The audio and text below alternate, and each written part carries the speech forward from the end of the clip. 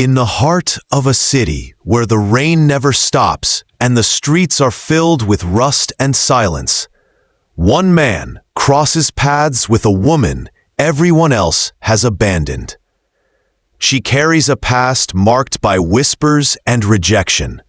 Yet in the shadows of decay, their meeting sparks a choice that could change both of their lives forever. A single act of kindness becomes the first step toward hope. But what follows will test courage, trust, and the meaning of survival. If you are new to the channel, then please subscribe to the channel and like the video, and tell us where are you watching from. Now, let's jump into the story. The rain fell without pause over Haven Ridge. Water traced silver lines down rusted walls, dripping through cracks in old shields. The streets echoed with the sound of droplets striking steel. Every corner smelled of damp metal and mildew. It was a city where time seemed to stop, a place weighed down by endless storms and forgotten promises. Marin Silas walked carefully across the grid platforms. His boots made a faint hollow sound on the wet steel. He was in his late 30s, a quiet man with an ordinary frame and brown hair cut too short to hold the rain. He worked as a field inspector for the Environmental Registry, a job most people ignored. He checked oxygen flow, moisture levels, and duct pressure. Without people like him, the colony could not survive, but no one thanked him for it. Marin did his work without complaint. He was not a soldier. He was not a leader. He was a man who observed, recorded, and moved on. That night, he scanned a corroded junction box. The small screen of his tablet flickered in the rain. Oxygen levels were dropping. Moisture was critical. Airflow was weak but still stable. Marin typed his notes quickly. Nothing urgent, nothing worth reporting beyond the system. He tapped save, closed the tablet, and turned to leave. The city seemed quieter than usual. No vendors called from stalls. No children ran in the alleys. Only the steady hiss of rain remained. As he walked, his eyes stayed low, watching the slick grid beneath his feet. Then something shifted at the edge of his vision. It was not movement. It was the absence of it. A shape pressed into the shadows near a vent shaft. Marin slowed. He almost kept walking, but something held his gaze. In the narrow space between two bins sat a figure, knees pulled to her chest, arms wrapped tight, head bowed low. She did not move, did not even tremble in the cold. Her clothing was little more than scraps. A torn poncho hung loose, soaked through by the rain. Her feet were bare against the wet metal. Long hair clung to her neck in strands heavy with dirt. Even from a distance, the smell reached him.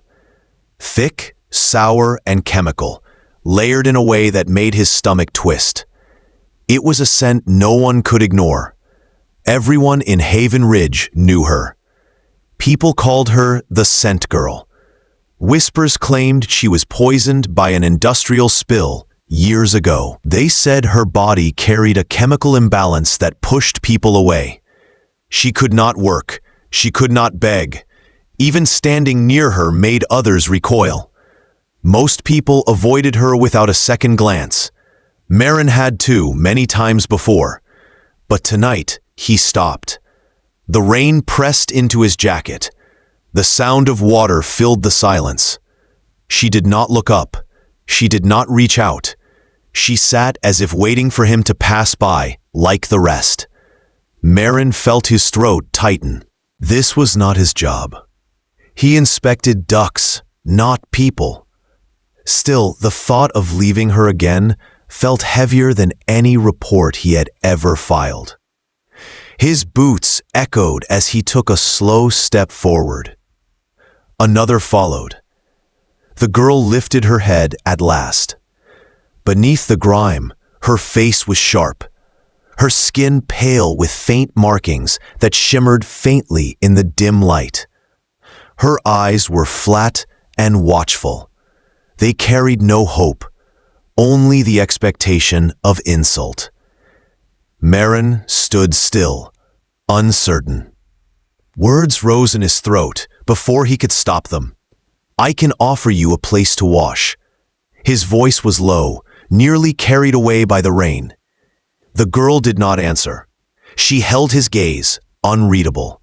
Then, slowly, she unfolded her arms and pushed herself to her feet. There was no thank you, no plea, just the choice to follow. Marin turned toward the stairwell that led to his small flat. His steps rang against wet concrete. Behind him, the faint sound of her poncho brushed against the walls. She did not speak. It did not look back. Yet with every echo of her steps, the weight of his decision grew. The city of broken rain swallowed the night around them. Power conduits hummed above, and water pooled beneath their boots. Haven Ridge remained the same as it always had, cold, damp, and forgotten. But in the silence between two strangers walking together, something had already begun to shift. Marin Silas had lived his life in quiet routines, bound by reports and silence. Tonight he carried more than data. He carried a choice that might change two lives. The storm continued above, but for the first time in years, Marin did not walk alone.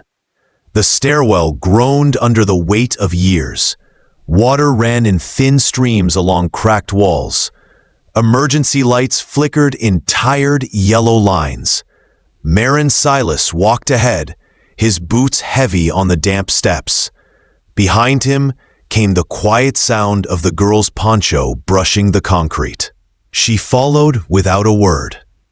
The door to his flat was nothing more than a dented sheet of metal. Paint peeled away in curling flakes. Marin pressed the worn keypad. The lock hissed, and the seal disengaged. The door slid open with a reluctant grind. He stepped aside, motioning her in. The air inside was different. It was cooler, drier, filled with the faint hum of a wall heater. The room was small and bare. A single cot leaned against the wall. One chair sat near a narrow table. A cooking plate rested on a counter with chipped edges. Shelves sagged beneath the weight of old inspection reports. It was no more than a box to live in, but it was his. The girl entered without hesitation. She did not stare in wonder. She looked around as if assessing a maintenance closet rather than a home. Marin pointed toward the fresher unit in the back, the narrow door barely wide enough to pass through. "Water is hot," he said. "Towels are on the rail." She gave no reply. She crossed the room, stepped into the fresher, and closed the door. The lock clicked softly. A moment later, the hiss of water filled the flat. Marin sat on the edge of the cot, his hands braced on his knees. He listened to the sound of the shower, steady and unbroken. Doubt pressed in. He had brought a stranger into his home. He knew nothing about her. She could be dangerous. She could bring trouble. He could have walked away, like everyone else always did. His life would have gone on unchanged. But sitting there, listening to water wash away years of grime, he could not bring himself to regret it. 15 minutes passed before the door opened again. She stepped out barefoot, her long hair damp and loose over her shoulders. She wore a gray shirt he had left folded on the counter. It hung past her thighs, sleeves slipping down her wrists. Clean, her skin revealed faint silver marbling beneath the pale surface. The strange glow caught the dim light and shimmered softly.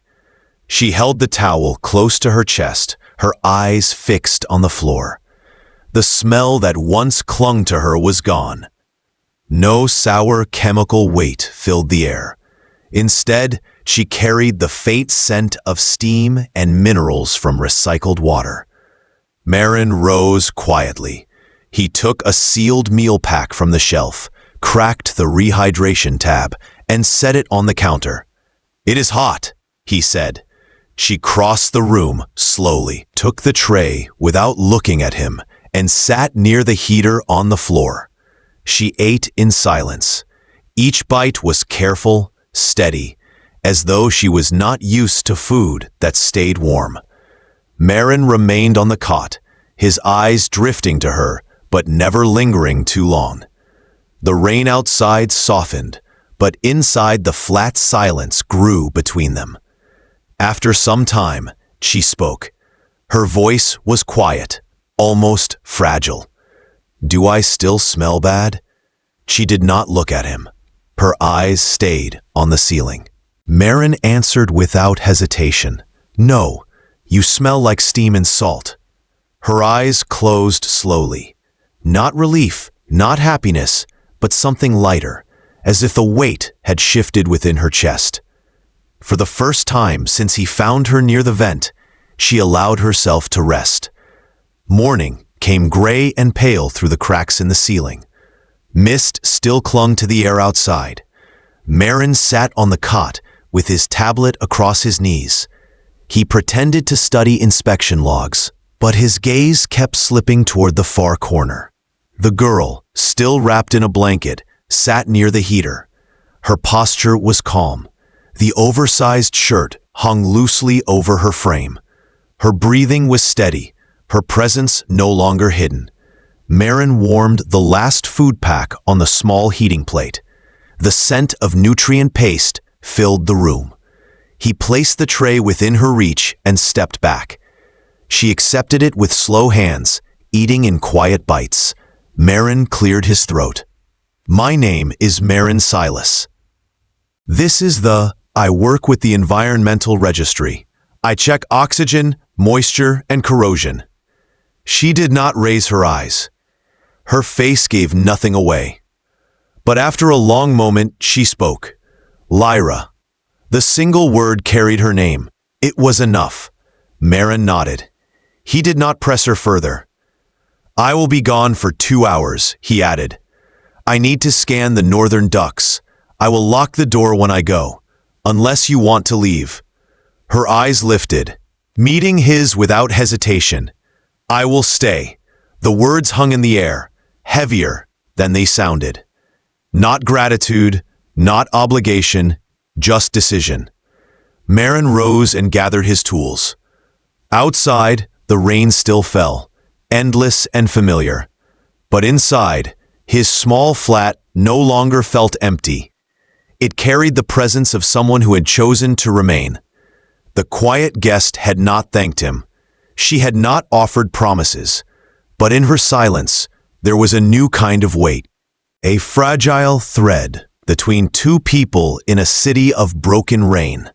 For Marin, it was the first sign that this choice might matter more than any report he had ever filed. The rain had softened into mist by the time Marin Silas left his flat the next morning. He carried his worn tablet in one hand, the strap of his tool bag pulled tight across his shoulder. The city of Haven Ridge lay gray and damp around him. Pipes dripped from above. Steam rose from cracked pavement. The air smelled faintly of rust and water. Lyra walked beside him. She wore one of Marin's old jackets, the collar turned high against her jaw. Beneath it hung the gray shirt she had slept in. Her feet were in boots too large for her, laced tightly to keep them from slipping. She kept her eyes on the ground at first, her shoulders tense as if bracing for insults that never came. Marin scanned a junction box near the main corridor. His tablet chirped with readings of low oxygen and high moisture. He crouched to check the wiring, his hands steady from years of routine.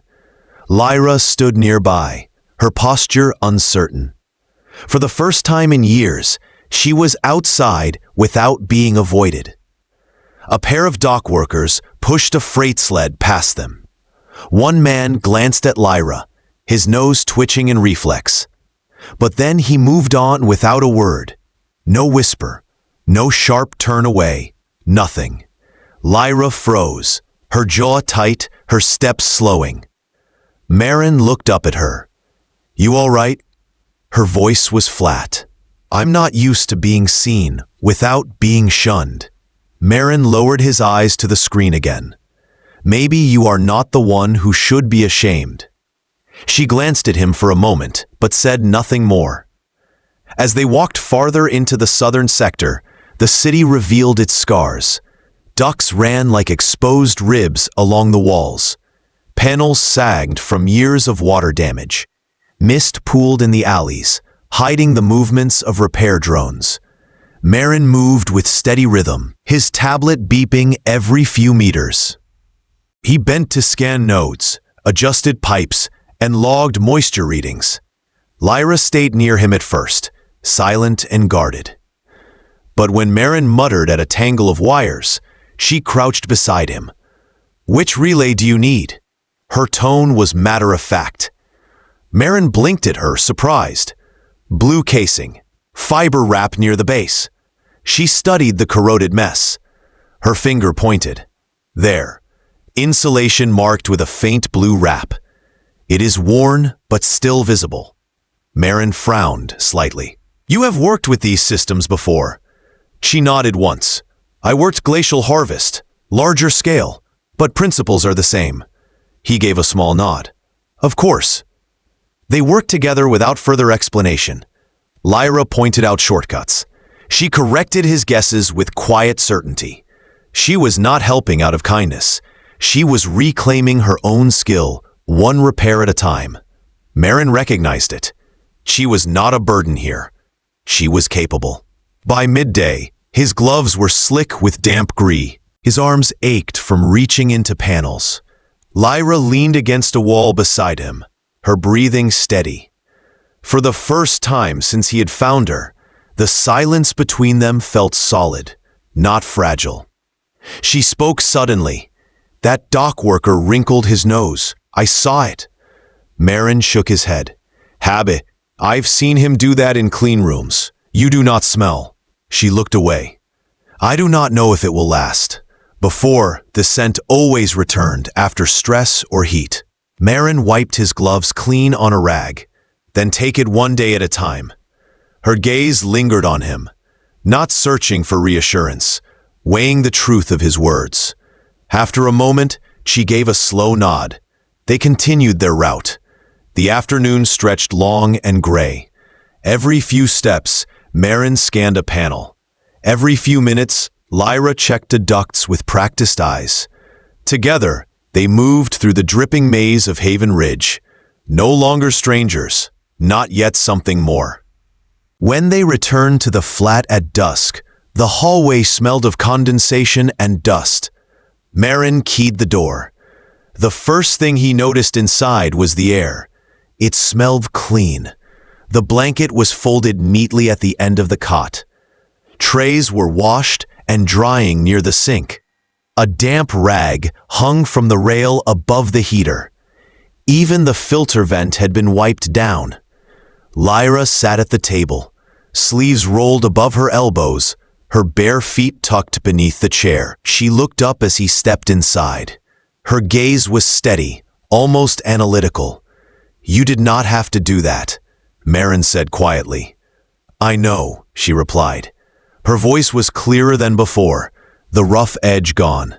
She studied him a moment longer before asking, "You are not from here, are you?" He shook his head. "Transferred last cycle. I wanted somewhere quiet." She nodded once. Then her eyes returned to the heater. Her voice dropped. "They said I would never smell clean again. Chemical imbalance. A spill damaged my body chemistry. No one wanted me near. No one wanted me back." Marin's chest tightened. "And no one helped. No one wanted to be near me," she finished. The silence stretched. The heater hummed, steady and warm. She looked at him finally. But you did not walk away. Her words were not gratitude. They were observation. That night, when Marin offered her the blanket again, she did not retreat to the floor. She sat on the edge of the cot instead, her hands folded in her lap, eyes fixed on the far wall. Marin lay on the floor without protest. Hours passed. The rain whispered outside. Then, as he drifted, he felt the blanket slide over him, tucked carefully across his chest. He did not move. For the first time in years, neither of them slept alone. A storm swept across Haven Ridge the next afternoon. Sharp rain cut sideways through broken shields. Wind carried the chill deep into narrow walkways. Marin Silas pulled his jacket tight, but it was soaked through before they reached the stairs. Beside him, Lyra kept pace, her hood low, her braid plastered against her back. When they entered the flat, water dripped from their clothes and pooled on the floor. Marin hung his jacket on the wall hook. Lyra peeled hers off slowly, the fabric heavy with rain. She brushed damp strands of hair from her face. "You first," she said, nodding toward the fresher unit. Marin hesitated. "You should—" "I will clean up out here," she interrupted firmly. He studied her for a moment, then stepped inside the fresher. Hot water pounded over him until the chill drained from his body. When he returned, toweling his hair, the flat was quiet. The table was wiped clean. The cups had been rinsed and left to dry. The heater hummed softly. Lyra sat on the edge of the cot. Her long hair hung loose, damp at the ends. The gray shirt draped around her frame, cinched with a simple belt she had found in storage. She looked up at him, her gaze steady. "Would it bother you if I sat beside you?" she asked. Marin set the towel aside. "Only if you did not want to." "I do," she said. She pulled back the blanket and made space. Marin crossed the room and eased down next to her. Their arms touched first, then their shoulders. Warmth spread in the narrow gap between them. Her hand rested lightly against his side, testing his reaction. He remained still. "I used to be afraid of being touched," she whispered. "You are not now." "I am," she admitted, "but less when it is you." Marin brushed a strand of damp hair from her forehead. She did not flinch. She leaned closer, pressing her forehead to his. Their breathing merged in the small space, steady and unhurried. That night they did not separate. Her arm lay across his chest as she slept. Marin listened to the rain fade into silence. For the first time, the city seemed less heavy. When dawn arrived, Haven Ridge was still. No hiss of rainfall, only the hum of machines beneath the floor. Marin woke to the weight of Lyra's arms still resting across him. Her breathing was calm. The tightness that once clung to her posture had eased. He shifted slightly. Her eyes opened, but she did not move away.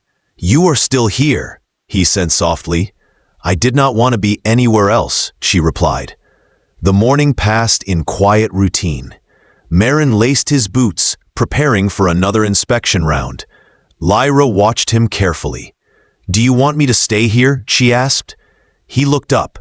"No, I want you to come with me, if you choose to." She hesitated, then nodded. "I want to. I do not want to wait alone anymore." Together they stepped into the waking streets. Workers moved between stalls. Clerks carried tablets. Repair crews pushed sleds, stacked with tools. Heads turned when they passed. Eyes lingered on Lyra, but no one spoke. The moment stretched, then faded, swallowed by the rhythm of the city. At the edge of the maintenance block, Marin knelt to scan a damaged junction.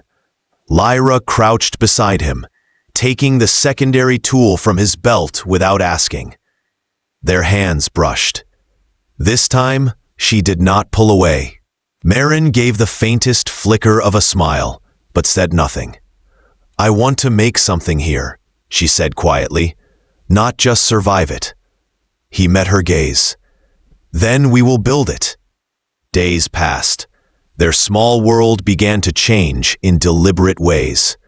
The cot was replaced with a sleeping platform they built together from salvaged panels and cloth. 2 cups always sat ready on the table. Clothes were folded neatly. Ducks were resealed with care.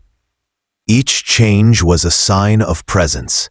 It was no longer Marin's space alone. It was theirs. One morning, Lyra stood by the narrow window. Fog blurred the view outside. She wore the gray shirt, sleeves rolled, hair falling loose down her back. Marin watched her from the heater. "What?" she asked, noticing his gaze. "I am still not used to seeing you stand still," he replied. "I used to think stillness meant failure," she said. "Now it feels like something I earned." She crossed the room, sat beside him, and let her shoulder press against his. Then she lifted her head and kissed his jaw with quiet certainty. "I want to be touched tonight," she said softly. Marin held her gaze. "Only if you are ready." "I am, not because I am broken, because I choose." That night they shared more than silence. Their closeness was not rescue, not reward, but decision. Every touch was careful, steady, and mutual. When they slept, they did not part. Her hand remained over his chest, her breath warm against his skin. By morning, the city outside still smelled of rust and rain. But inside, the air felt human, filled with quiet strength. In the days that followed, Marin and Lyra began to transform not just their flat, but the world beyond it. They cleared old storage corners. They patched abandoned ducts. They shaped small spaces into something livable again. Word spread, and others noticed. What began as a single act of kindness grew into the first fragile step toward rebuilding a forgotten place. In Haven Ridge, the city of broken rain, 2 people had chosen not just to endure, but to build a tomorrow. And in that choice lay the beginning of change.